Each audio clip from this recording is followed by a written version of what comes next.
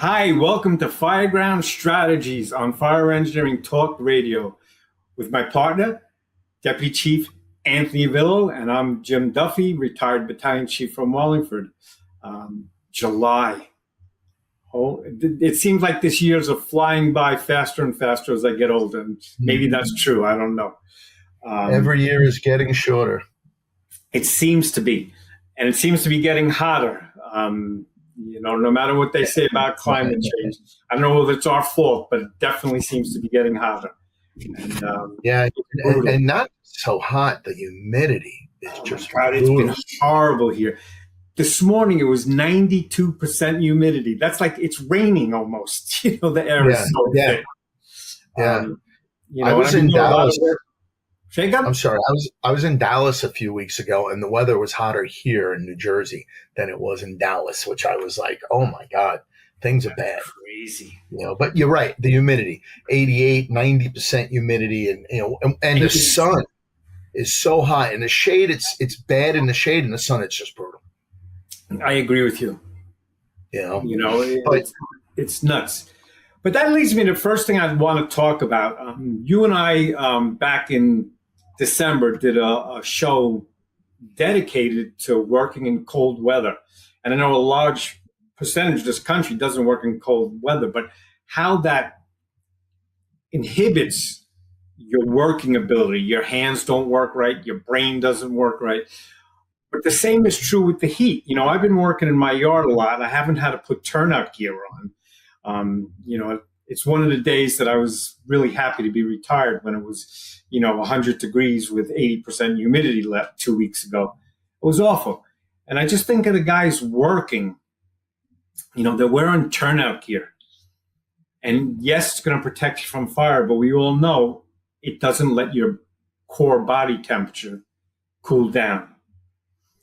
And a lot of us in smaller departments that have limited manpower, we're turning people around, putting them in a second bottle relatively shortly after they come out with not enough rehab time. There's a couple things. Company officers have to really watch their people and pull them out. Get them outside, make them dress down, open their turnout coat, drink water. But command officers also need to be very aware. As soon as you arrive to a working fire on a day like today or like yesterday, 97 degrees here in Connecticut, with unbelievable humidity, you better start calling second alarms quickly and relief companies really, really quickly, because you're going to get ahead of the fire. You're going to pull people out and you can't send them back in. You cannot do it on weather like this. Well, a one alarm might becomes a three alarm. When you're looking at these type of conditions, and how quickly the fatigue sets in, and well, let me ask you a question. What did you prefer, hot weather firefighting or cold weather firefighting? Tough question. I'm going to tell you, cold weather firefighting hurt. It actually, my hands actually hurt. And then when you got back to the firehouse and warmed up, they hurt even more. My hands still hurt in the cold. Yes, so do mine. All the time. Even when I go from outside to air-conditioned store, I feel it in my hands. So that's kind of crazy. But the heat, I believe, is more dangerous. Yes, you slip and trip and fall in the ice and snow. But I do think because of our personalities, no, I got it, boss. I'm okay. Yeah. And you're looking at them and their face is purple. Yeah. And you could tell, hydration is so important, which I'm sure we'll talk about, and making sure there's enough of that on the scene. But yeah, well, you know what? It's the heat stress and the heat stroke and the heat injury, I guess, is it's sort of like smoke inhalation. Like the guy who has it doesn't necessarily know he has it, and then his motor functions start to go, and you're basically baking your brain, and that's one of those things why what we did in our training was in the spring we did recognizing heat related injuries, and that was part of our training and some of our literature that we just had in place, and everybody's got to look out for that. It's you got to look out for yourself, but usually by the time that you realize you have it, you don't realize you have it because it sort of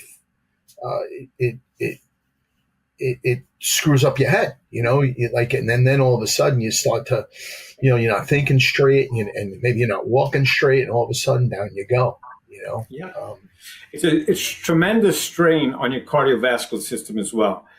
Not just your functions, but a lot of heart attacks happen in this kind of weather.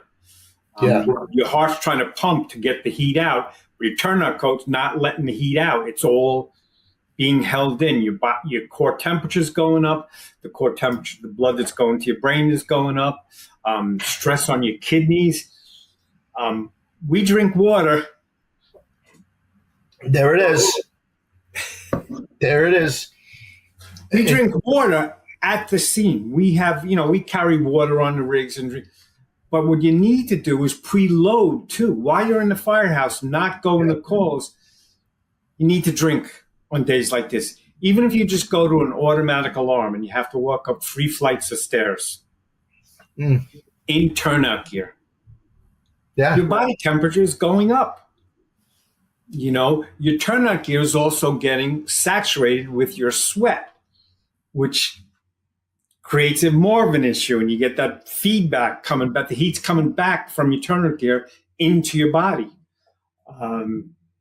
It's important. And it's dangerous, and sometimes we don't recognize it. In smaller departments, even smaller than mine, mutual aid's the answer there. You need to call help right away. 2 weeks ago, and you remember, it was 98 degrees in New Jersey, 98 degrees in Connecticut. Within a couple of hours, they had 3 working fires. One was a condo complex. 3 units were going side by side, and they kept it at 3, but the firewall is every 4 units. There was a firewall. And so that was heavily involved with mutual aid. Then they got a fire on the 4th floor that wasn't that serious. It was a small kitchen fire, started in the stove, but reports were people were trapped on the balcony. Well, the people whose apartment it was bailed out and they sat on the 4th floor balcony. It was a quick pick, to get them out. But full turnout gear. And then there was a fire at a chemical plant in town.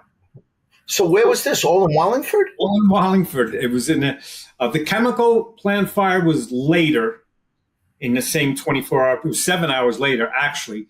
But the other 2 were going on at the same time. It started very early or late in the afternoon or early evening. And,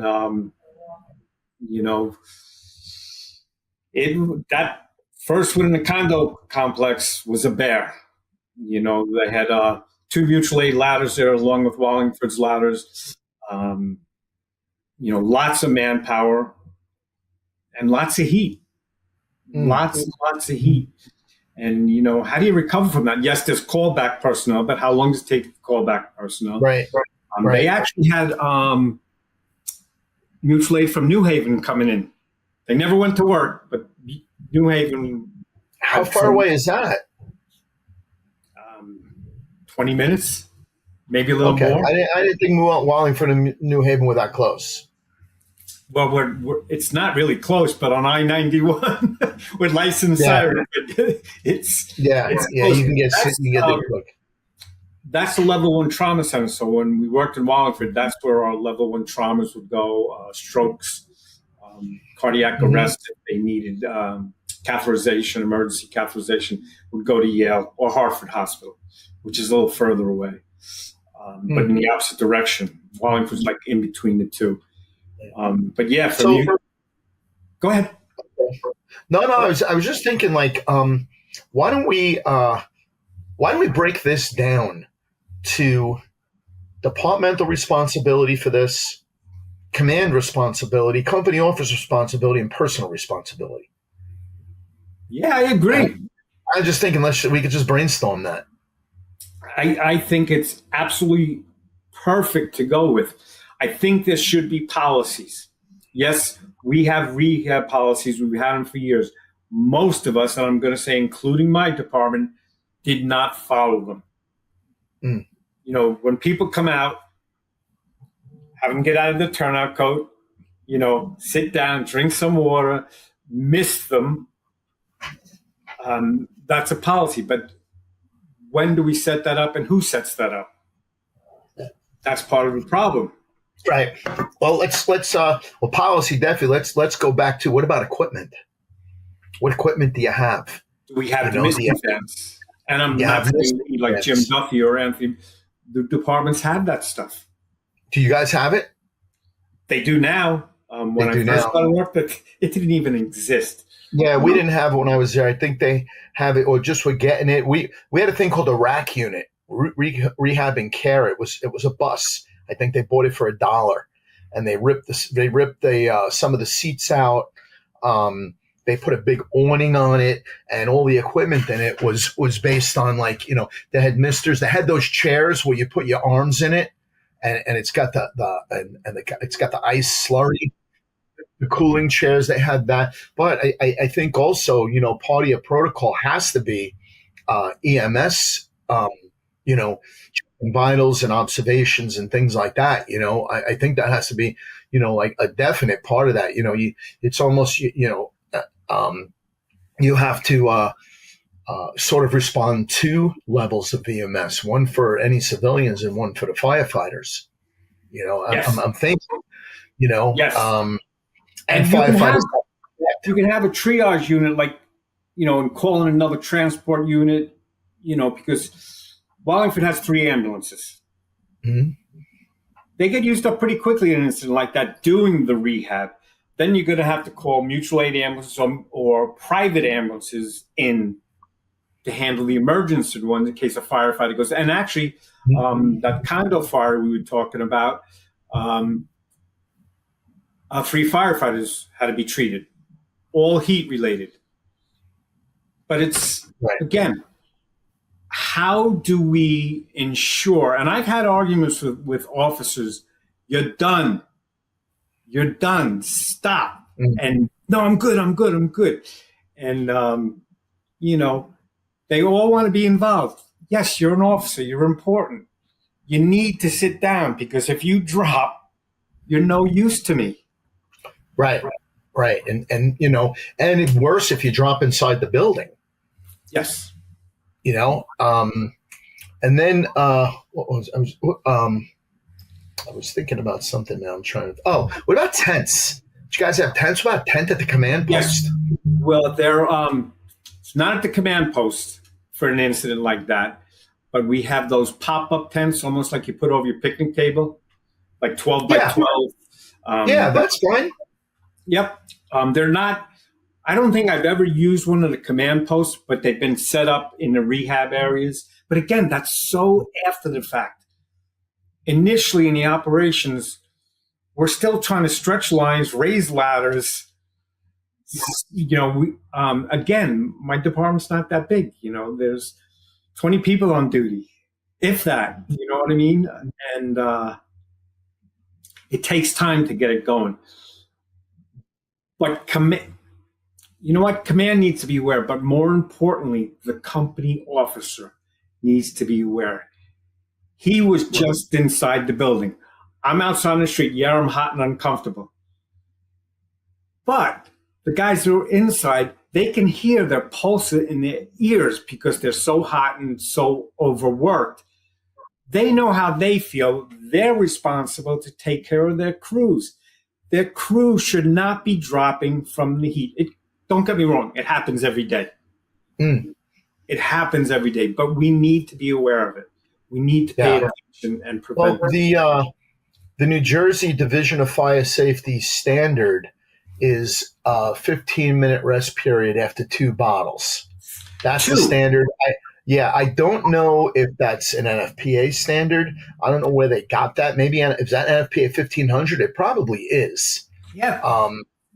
But I was always of the mindset that if you don't call enough people, then your people have to go through 2 bottles. You know, and by the time they get done with 2 bottles, if I don't have enough people to give them a spell and send them to rehab, shame on me for not calling people there and beating the crap out of my people. And now you turn this around again on the company officer. You got a hard charging company officer. You got a guy that, he takes everything personally. He's an emotional firefighter, sometimes an emotional wreck. And, he don't want to go. He just wants to keep going, keep going, keep going. Those are the people sometimes, and I've had to do this. You had to order them out. You had to order them to rehab. You go to rehab and you don't come out until I tell you to come back. And then the other end of it is, do you have a setup for rehab? Where do you set your rehab up? Is rehab defined? Is it not defined?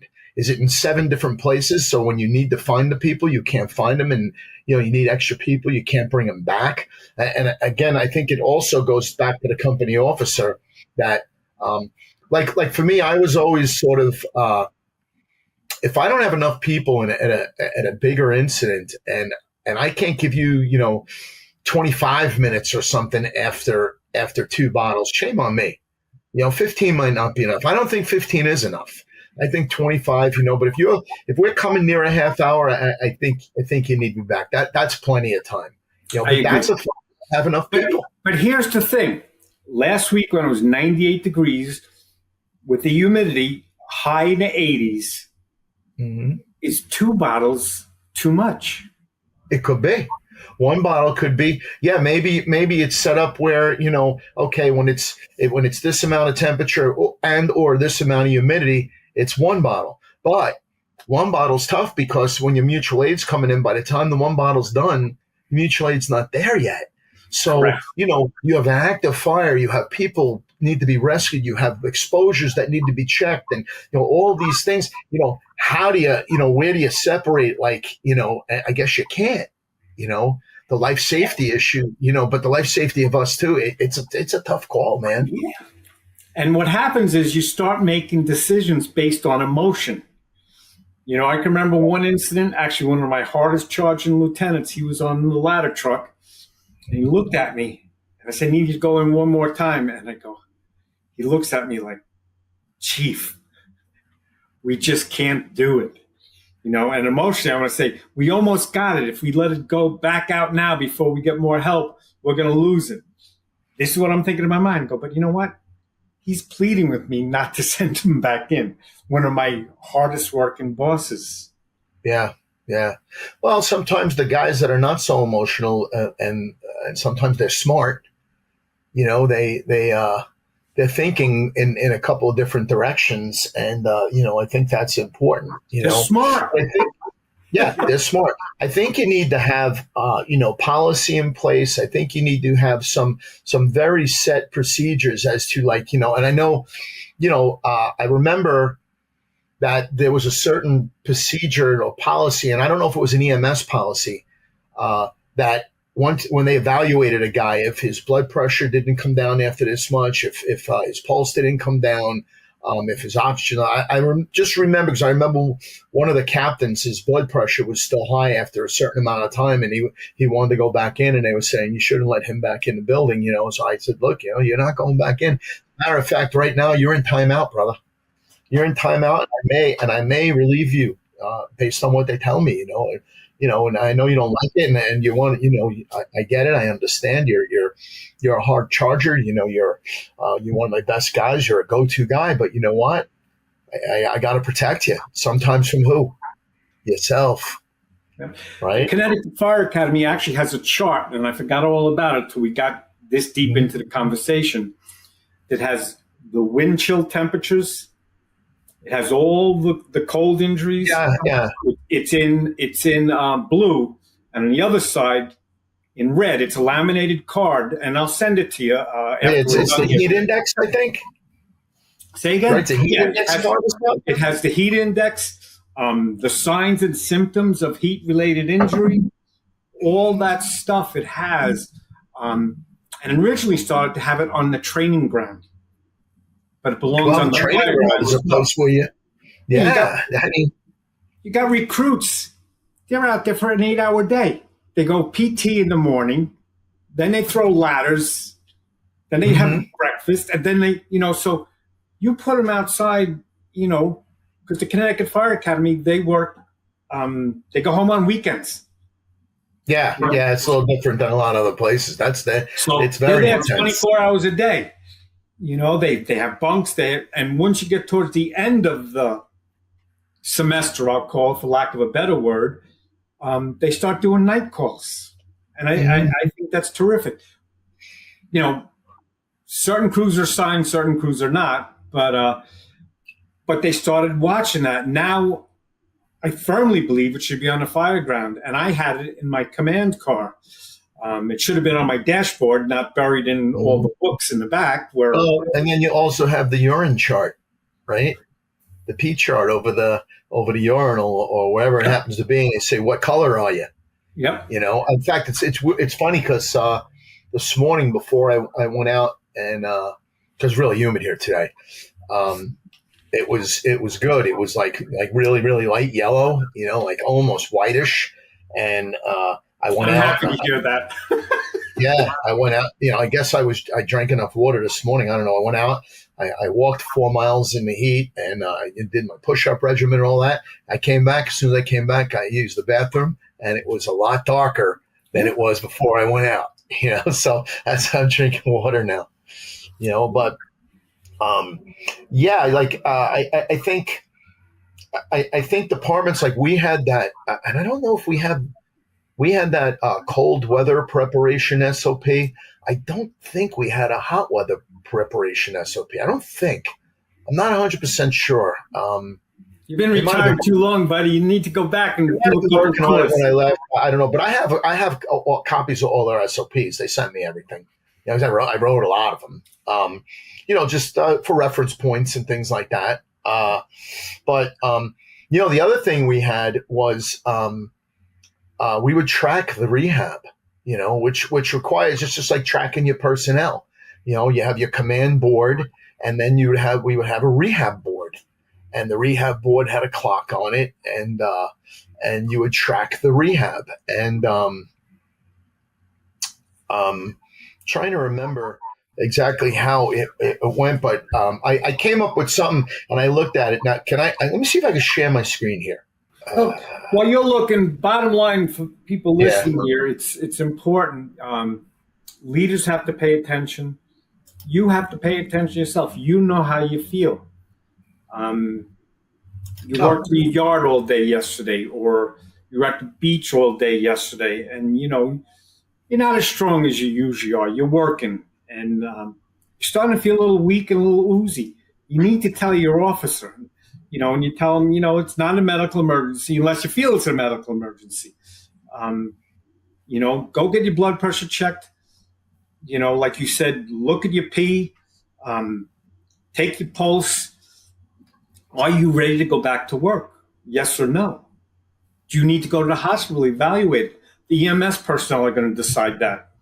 And no matter how pissed you're going to get, if they tell you need to go to the hospital, you need to go to the hospital. You need to get to the ED and get checked. What's going on? Are you dehydrated? Or your just body temperature's too high? Or you just need to take a 20-minute break, like you said, a 15, 20-minute break. Get your turnout gear off. Let your body dissipate some of that heat and get some more fluids on board. I've seen them actually use IV fluids on people after coming out. Oh, yeah. Yeah. It's and again, you're talking where you got a RIT and all that, and a RIT has to be prepared in the hot weather to possibly be dealing with these things, But really, this is so important. Watching the people in cold weather, hot weather, it's when injuries happen. People start getting stupid. I know that's not the proper word, but people start getting stupid because their blood pressure is so high, their body temperature is so high, they trip down a flight of stairs that they would navigate easily, normally. Or make now, again, company officers making bad decisions because they're not thinking straight. And yeah. Well, a lot of chiefs. I'm sorry, go ahead. No, go. You have a thought. A lot of chiefs that I see don't wear gear. And I think that's a mistake. First, you should be setting an example. You should be wearing your gear on every run. But secondly, If it's this hot like it is today, and I'm wearing turnout gear, obviously I'm not feeling the same heat stress that the firefighters are, but I'm damn uncomfortable. If I'm wearing my short sleeve white shirt with a bell cap on in front of a burning building, I may not recognize it. Although I know it in my head, if I'm uncomfortable, they're dying. Yeah. Yeah. Listen, I always wore the gear, and had my helmet on. I would recommend like what you were talking about, like not having the gear on at the command post. Because sometimes what happens is the incident commander, he's not going to rehab. He's not getting rehab. So stripping the gear down a little bit might be acceptable, but I'm a big fan of always keeping a helmet on, man. I don't care where you are, so anything can happen. So I always a big fan of keeping a helmet on. But yeah, I'm trying to think, there were times when I probably had stripped my coat off and things like that. During the day, I probably wouldn't wear the turnout pants. At night, I would wear the turnout pants, no matter what the temperature was. But yeah, it does give you an idea of what everybody else is sort of going through. But again, I think it also comes down to the guy himself, the personal responsibility to hydrate yourself, two, to recognize when you're starting to get weak a little bit, because I think there's that sort of threshold that, and we've probably all been there, that threshold where you're saying, wow, I'm really fatigued. If I push any further, something can happen. And unfortunately, the younger you are, the easier it is to push further. The older you are, it's not. But I remember being at the fire academy up in Bergen, and we were doing car fire one day, and we have the gas props. So, you didn't have to set the car on fire. It was just one burn after another. And I was the instructor bringing the students in, the whole thing. And after about 5 or 6 burns, like, it was hot. It was during the day. It was a day class. I was like, you know what? I had to take everything off, and I had to, take the hose and squirt my head. And, and I've done that on a fireground too. I just take the line and just, throw water over my head. But I think you gotta, because what happens is sometimes you don't recognize when you've gone past that edge. Yeah, you think you're just tired. Yeah. And hot. Yeah. You don't think it's anything serious. I had a go. I was going to say, you just brought up the academy. In a lot of places, they're doing their firefighter 1 burns or their firefighter 2 burns. The same instructors are the interior guys multiple times during the day. That's another dangerous practice. Yeah. Even if it's a 65-degree day, you just did 5 live burns today. Mm-hmm. Yeah, you're supposed to rotate. Yeah, you're supposed to. NFPA says to rotate that. 1403 says to rotate that. They didn't used to. They do now. But the and then, like, the other thing, I was just at Monmouth. I was doing a class in I guess it was May or June. I think it was May. And they had a Fire 1 class going on during the day. And what we would always try and do with the Fire 1 class is we would try and do the hands-on stuff in the morning when it was cool, and the classroom in the afternoon. And they were just, I guess they were doing SCBA or something. And this girl wound up getting, like, she was super dehydrated. Like, she was, soda for lunch and a lousy lunch, whatever. And they were just crawling around. I think it was the first day with the SCBA, and they were just crawling around with it on it. Like, her fingers were doing this, like, she was super hydrated. I remember looking at her, and saying, oh my God, I've never seen it. I've never seen it like that. And I think she didn't make it in the class. I mean, she survived it, but I've never seen anybody that dehydrated in my entire life than I saw with this girl this day.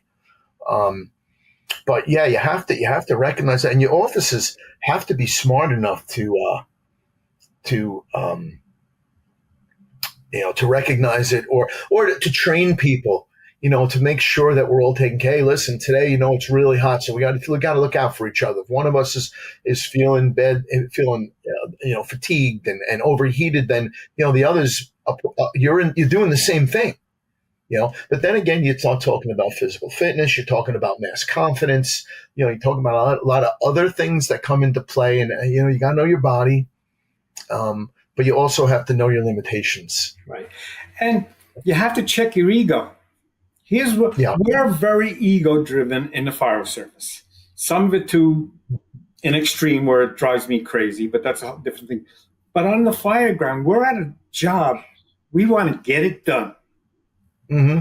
We don't like to lose. We want to get it done, so I want to get right back in there. I was first in on this job. I want to go knock it down. I want to change my cylinders and get right back in there. And it's hard to let go of that. And as I got older, I had some limitations, not on the job. I would get it done, because as a battalion chief, I could work down and I could be a truck boss or an engine boss. And you'd go. And I would never slow down. The young guys had to keep up with me. But that night, oh my God, did I recognize that I would push myself. But again, my ego put me in that position.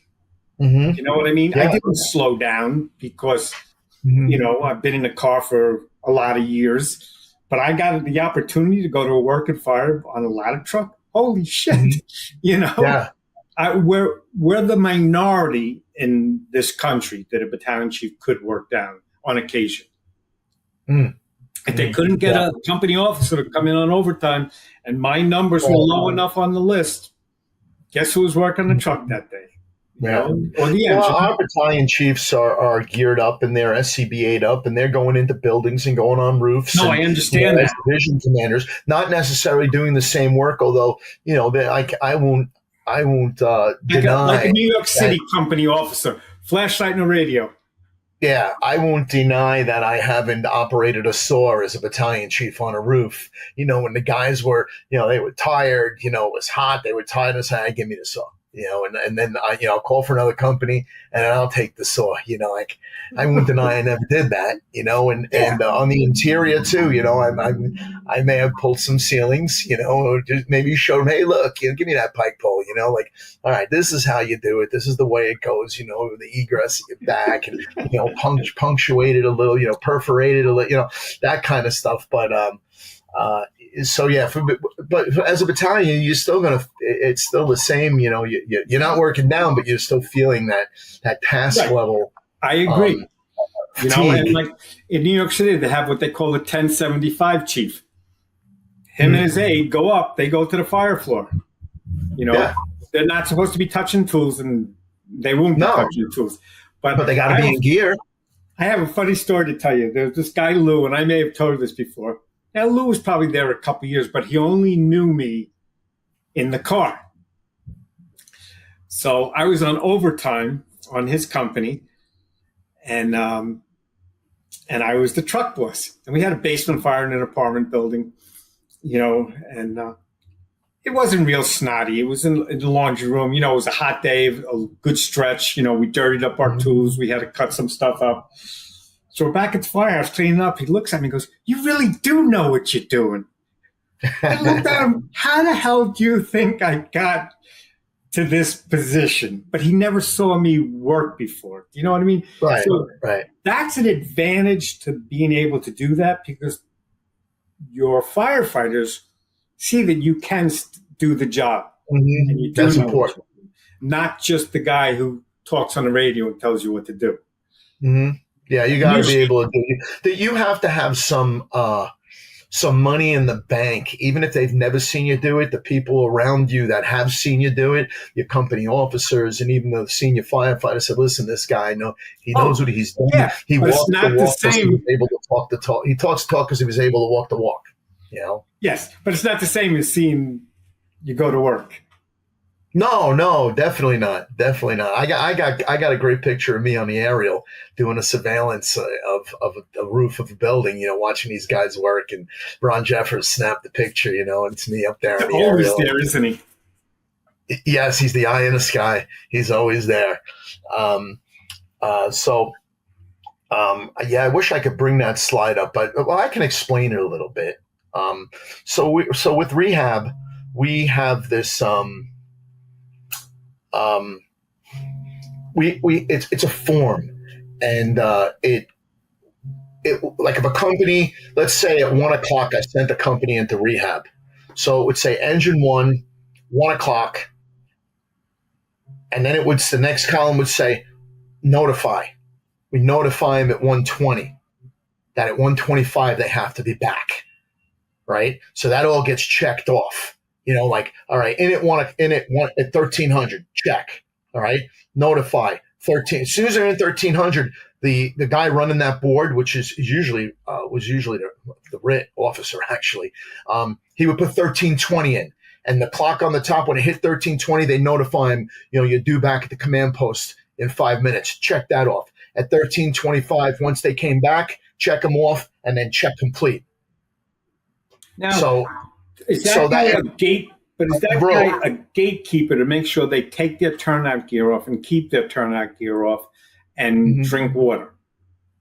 Well, they would be in the rehab area. But is there somebody watching to make sure that they don't just go over there and stay there with the turnout gear on? Well, they would be over where there would be an ambulance there and all that. But was there somebody specifically, a rehab officer there? I don't think so. But the ambulance people would tell them, look, you got to take your gear down because we have to, we have to check blood pressure. Yes, we have to check your vitals, take your gear down, have something to drink, sit down. They would do that. And for the most part, the guys were good with that, and again, there were times when I had to order guys to rehab. Look, you done your 2 bottles. All right. We have companies here. And that's why I was always big on the 3 companies in reserve, right? 3 companies with nothing to do, which is hard to do in the beginning. But, look, we got companies here. Go to rehab. Go. We're not arguing this. We're not even talking about this. Go. I'll tell you when to come back. And some companies you may leave a little bit longer, but this is why, it all works like in a circle. You need to have more companies. If you have more companies, you can give more time in rehab. If you have more time in rehab, then the guys come back a little fresher. But if you have a rehab policy that all lays that out and it's all, kept with checks and times and that sort of thing, it works pretty good. It works pretty good. But people have to be disciplined and they can't be ego-driven and emotional. Right. And on the flip side of that is you have to front load it. I know you're big on that because you always say, if I'm in a command post and there's nobody standing behind me, I need more people. When the temperature gauge gets to where it is today or last week when it was 100, you got to front load it. You got to have companies ready to go. And those guys should not be hanging out near the command post in their turnout gear. They should have their bunker pants on, but they don't need to have their coat on. They got to be where, command should say, I'm going to need relief in a couple of minutes for the engine crew or the attack crew, whatever. And let them put their packs on, then get everybody, have them right with them. It gives them a little bit of less heat buildup before they go to work. And I'm not saying that's going to be easy to do, or should you do it? Because if something happens, you need them ready to go. So it's a fine line, but they have to be there. You can't be calling companies to backfill when you need them. They have to be there ahead, especially in weather like this, because the other towns are having the same problems. They're shorthanded because they're using up their personnel. Right. Exactly. It's so what didn't we cover on heat emergencies or heat preparation? I think the thing we forget to do is drink water ahead of time. Yeah. Well, I think you need to size up the weather all day long. You got to know what you got to know what you're dealing with. You have to be ready for it before you come into work. Yeah, I agree. So are we done with this subject? Want to move on a little bit? Yeah, I think we beat this up pretty good, don't you think? I don't think enough because, again, the ego and the emotions get in the way of all of this stuff. The human factor, you know what I mean? The human factor, Duff, is that's a big piece of it, man. If I'm comfortable in, say I'm a marathon runner, I'm comfortable in the heat, I may not recognize my firefighter who doesn't do anything, doesn't do any physical ability or just minimal stuff. He's going to feel it sooner than you. So as a company officer, you may not recognize it, but you need to really be aware and take care of your people. It's so important. Yes, absolutely. I have a very short subject that I want to bring up. We all know Eddie Buchanan. Eddie Buchanan plays in a band, and what he's been doing is wearing a different fire department T-shirt now every time. Yes, I saw that. He plays. So to all our listeners out there, find Eddie Buchanan either on Facebook or someplace else. Tell him you have T-shirts for him. Get his address and send them to him. I think it would be so awesome. So if you're in East Little Pigeon Falls, Tennessee, you'll be wearing one of your T-shirts one day. Yeah. And I think that's a pretty good deal, and I think that's pretty cool of him. I might have been able to pull this rehab sheet up. Let me just see if I can. Hey, at a minimum, you could hold it up in front of the camera. Yeah. I just pressed open. Oh, it's coming up. You see it? Yep, I'm gonna bring it up on the main screen. Okay.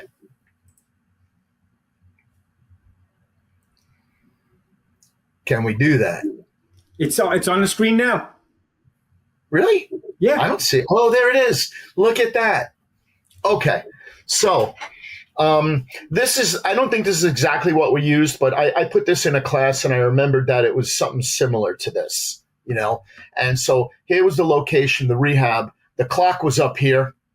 So if engine 5 went in, it's 1817, right? So this is it's a timeline, and it's a living document. So if engine 5 went in at 1705, we're going to notify them at 1725. Once we do, we check it off. They're back at 1730, complete. Check. Ladder 3, same thing. So if you look down here where rescue 1 is, they were in rehab at 1755. We notified them already at 1815, but it's only 1817. They're due back in 3 minutes, right? Engine 9 went in at 1800. We're going to notify them at 1820. So that means we notify them in 3 minutes. So you see how it works? Yeah, I do. One thing I see that's lacking on this, and it's probably being handled elsewhere, the individuals, blood pressure, someone's got to be keeping a running list. I think that would be documented by EMS. I think EMS keep those documents. But the thing about it is, a lot of times the EMS is the bastard child. They have no authority over our firefighters. No. And the problem with that is, especially in your job, because it's an independent EMS. For me, the EMS people work for my department. Right. So no, you can't go back. He has an official in the Wallingford Fire Department. No, your blood pressure's too high. You can't go back. Mm-hmm. That kind of stuff. So I'm going to go back to you and me. And I just think that's as important, because I think about when I started, oh my God, as fast as you would get another pack on, you were going back inside multiple times. Yeah. But I was 18 or 19 then. So, it's like, yes, I can work like that. But how many of the other guys on a volunteer for where I live, most of them are in their 50s and 60s. Yeah. Although there are a lot of younger people starting to come back. That's a big problem here in Monmouth County and Bergen County. Some of these people they're just older. Like I just stayed at Atlantic Highlands Fireman's Fair last week, and I was at the Fireman's Fair. I was helping out with the money wheel and stuff. And that you look at that and you say, well, there's a lot of older guys here, but there were a lot of younger guys too. Like they're starting to do a turnover, which is what I was told. But, but that's what happens. The older guys, sometimes they don't realize their limitations because, one, you don't get a ton of fires, right? So your last good fire was, maybe 6-8 months ago or a year ago. And, like you gained 15 pounds and, And you're not in the firehouse. So you're at your job, you're doing whatever it is you do. You haven't been hydrating. You're already fatigued from, maybe you're working for the town and you're cutting down trees or something like that, there's a big disadvantage with something like that as well. Yeah.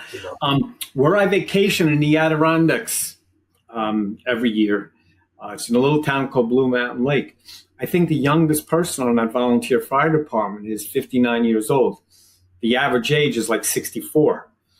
And the thing about that is, if someone goes down because he's 64, the guys coming in to get him are 64, 65, 60 years old. Yeah. Fortunately, they don't get a lot of fires. They do mostly EMS, but the mutual aid is 11 miles away. Right. 11 miles on winding mountain roads. And they're the same age because there's no real work. It's all tourist. Tupper Lake has some factories and the like, but they're 22 miles away. And you wonder, and that's how most of this country is operating. A lot of this country. I wouldn't say most, but I live in a town that there is, fortunately, a big influx of young people coming in to the volunteers here. They don't get a ton of fires, and when they get them, they're good. But the problem is on Tuesday afternoon, the young people are working. Who's showing up? Yes. The retired guys. Well, that's the biggest problem, and there are some departments around in Monmouth County now, and they're, talking about, how we can't get anybody out again anymore, So what are we going to do now? They're talking about possibly doing one per diem company in each of like 4 towns that will do, I think that's a great idea. Lack of a better term, a regional response, but that's not the right term. My personal feeling is they should jump over that and just put a career company in place. Right. Not the per diem. Just have a career company there, and you can supplement it with the volunteers and all. And even with per diems as well that are volunteers and they could become per diems. I mean, the problem is around here, the time to do the per diem stuff has passed. They should have done that already. And that's not been done. Some of them did, but I think now it's time to, to go with the career companies. One career company in each town. That one company has an engine, one has another engine, another has a ladder, one maybe a rescue, and now they come together and they're talking about that now, which is actually pretty cool. I agree with you 100%. Nassau County, Long Island, probably Suffolk County too, but I know Nassau County. Their step is automatic aid. So what happens if there's a fire in Mineola between, I'm going to make up the hours because I don't know what they really are, from 6 a.m. and 6 p.m., you'll get 3 different departments coming to the fire in Mineola initially. And then, obviously command can call for more, but that's their stopgap. But I agree with you. A county company, because there's a county, and the county could put one career company of 3 people or 4 would be better, obviously, in the middle of those 4 towns. So they would go, this is my thoughts. I don't know whether they're even thinking about this. They would go to wherever the town is, and then the volunteers would supplement it. But you would have a career company. Now, I think their objection was to be if it was a 24-hour company. I think they would like to see it Monday through Friday, 6 to 6 or something. I don't know. But something has to be done. Mineola just built 2 11-story buildings, all volunteer. Well, have you ever been to Fort Lee? And I thought, Fort Lee, Paramus, Secaucus. Fort Lee is nothing but high rises by the George Washington Bridge. And listen, this is nothing against any of those guys, but it's it's time. It's time to put something in place. Because these guys work hard. Listen, there's nothing more noble than being a volunteer. But it's about response times. It's about staffing. It's about all those things. And But it's we may being get available when needed. we may get some hate mail on this one, but we're not disparaging I don't the think so. volunteers. No, the volunteers, and you were a volunteer, and I taught a zillion volunteers. It's the white elephant in the room that nobody's talking about. Yeah. They know it, but there's a lot of pride and integrity in the volunteer service. That's what makes it successful. But at this point, some departments are doing better than others. Mineola has a huge junior fire program, so they have a built-in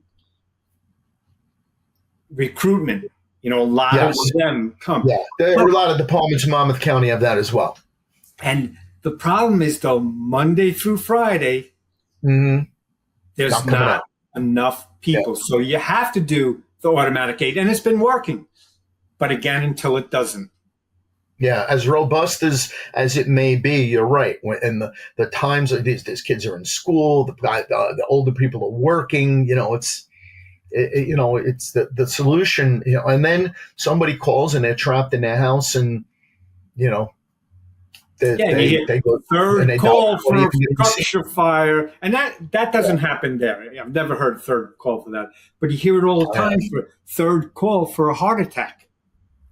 Yeah, I've heard that too. It's like, yeah.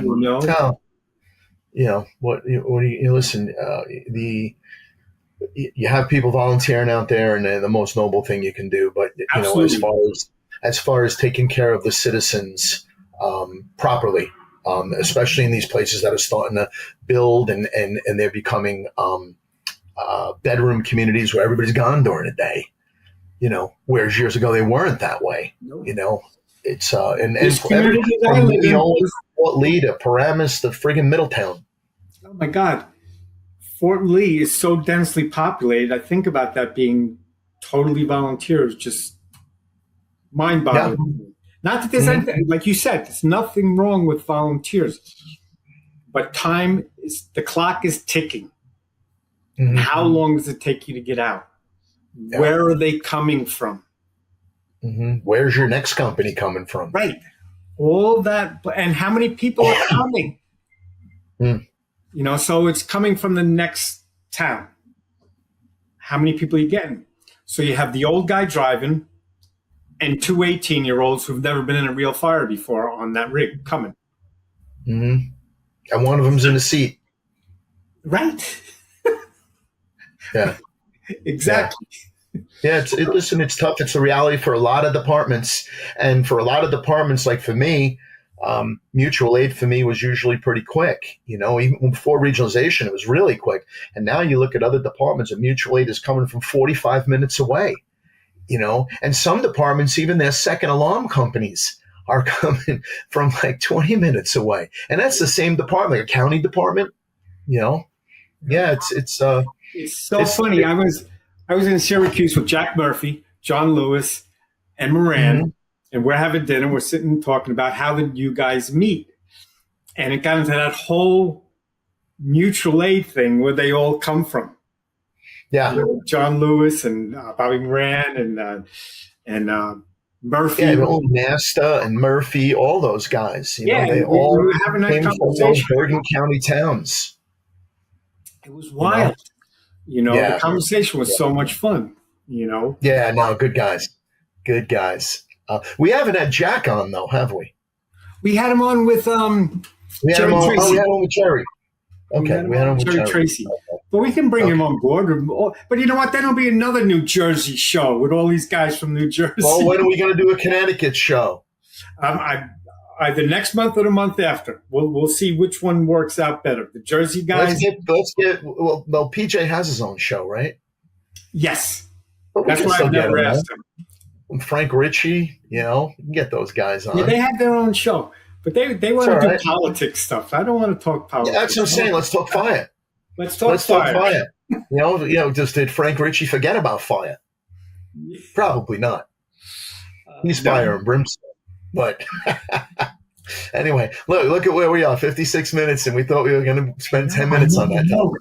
I got to find my notes here. What else are we going to talk about? I lost all my notes, but that's okay. Here we are. I was going to talk about local and regional conferences. One way to build up your mutual aid system is, everybody should go to local and regional conferences, not just in-house training in your department. We can always learn from our neighbors. We can pick things up. There are so many regional conferences going on in this country right now. And I'm not going to name any because there's so many. If I don't name one, but look around you. The New England Fools. Every other week there's a regional conference. The New York State Fire Chiefs Association. Yeah. In Jersey they're there. Someplace they have county academies that go, okay, we're going to do hazmat refresher or whatever else. But the Division of Fire Safety runs a ton of classes. Yes. But you know what you have? You have what's called insular leadership. It's only our way. We don't recognize anyone else's way, and we don't need to bring anyone in from the outside, and we're not going to any classes on the outside. You know what? Know how prevalent that is, especially for bigger departments. It's like it's so prevalent. So prevalent. You got to be careful. You can learn so much. There's things, you know what? I never thought of that before. How could I have been a firefighter this long and never thought of that? Example, I was the instructor, but someone in my class talked about this.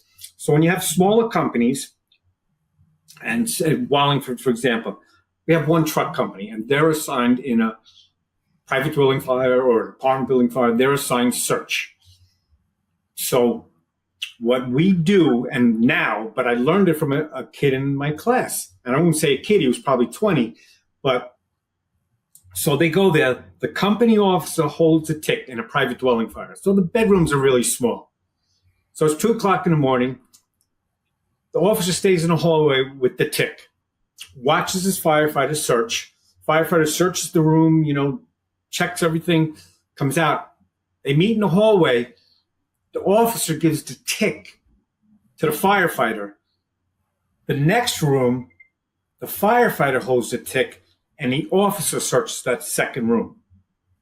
Now what happens is the firefighter's breathing rate goes down because he's kneeling in the hallway and not working as hard with a tool and crawling around the floor. And the officer's breathing rate goes up. So what happens is their cylinders equal, or, equalize. Right. So now they can do 2 more rooms. If the firefighter keeps searching and the lieutenant's sitting out in the hallway, and not saying he's being lazy or anything, but he's not moving. He's not working hard. So his heart rate's just a little above normal because he's at fire. But he's got almost a full cylinder. And the firefighter's low air alarm is going off. That became normal operations because I learned it when I was teaching a class. And search was part of the class.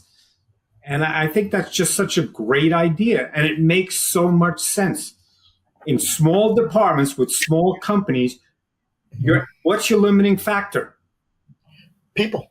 Your air supply, aside from resources. But yeah. So one guy, if you're on a working fire and you're a 2-man team, one guy's low air alarm is going off, what has to happen? Everybody goes. So what you do is increase your search time. And I think that's very good. Yeah. You got to create lots of success. Right. Flood used to say something create to overcome. Flood used to say that, create to overcome. It's all good stuff. All good stuff. We should do a show next month about that kind of stuff. Being out, venturing outside your own department. Yeah. To get trained. It's what we do. You and I, that's what we do. We venture out. Yeah. Have you ever done a class, or maybe I have, but for the most part, I'm going to say no, where I've been the instructor and I didn't learn something? I always learn something. If you do your classes interactively and encourage participation, you will learn something. Mm-hmm. So almost a good deal of my classes, I wind up, oh shit, man, wow, okay. Somebody write that down. right? Write that down. I'm going to do this, and it winds up becoming a slide or another piece of a class, Oh and yeah, you know. absolutely, But absolutely. so it's all, it's all good. It's all about sharing. It's about sharing, and if you only play in your own sandbox, Yep. you wind up sort of with a very, very narrow view of what success really looks like. Well, here's what I say: you become inbred. Yeah, yeah, Now, your department may be really good, or you may have been really, really lucky. So you keep making the same mistakes. If they are, in fact, mistakes or a less effective way, you will keep doing it until it doesn't work. right. Or finally, somebody says, hey, maybe if we do this, it'll be a little quicker or a little easier or a little Mhm. more efficient, There's, whatever the there's case always may be. someone with a little bit of a better way to do it or another slant on it.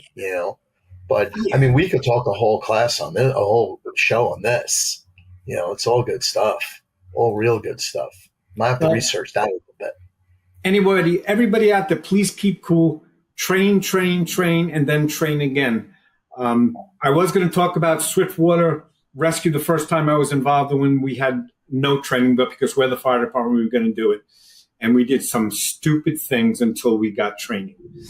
We often had flooding, but they almost ended up just being evacuations with boats and things like that, and trailer parks and the like. Why is it always trailer parks? I'm not trying to diss anybody, but our trailer parks are always built on the river. Yeah, build them near the river. Right. So anyway, yeah, we did some stupid stuff, and I'm not going to talk about it here, but maybe I will another time because it's going to take too much time. But train, understand the risks involved. These guys in Texas right now, guys and gals, what they're dealing with is absolutely amazing. And it's and you Well, need to be trained. yeah. You can't just go in there, with your cold water suits and a life vest and try to do this. I mean, if you were in that situation, that's what you would do. It's not the best thing to do. We need to understand. Right. Well, I mean, last year it was North Carolina and Virginia, and I mean, it's just whose turn is it now? And you're hoping they're prepared, and you're hoping that they learn lessons from the experiences that they're dealing with now. Yes, yes, and it was such a big region, which makes it tough. Okay, so we have one Swiftwater, and this is not true, but we have one Swiftwater team in our area. Well, if you're covering, 50 square miles, that one team is being used already. So they're going to be coming down from North Carolina or coming down, from Oklahoma or wherever. It doesn't matter. We should at least be able to be support teams to work for these people, like dive teams. We didn't have a dive team, but we were trained in how to support a dive team. Whether they still do that, I don't know. Where I live, there are a lot of dive teams in the area because we're right near the Connecticut River. Yeah. And they work together, because there are different, I'll say, protocols for different style teams. Yeah.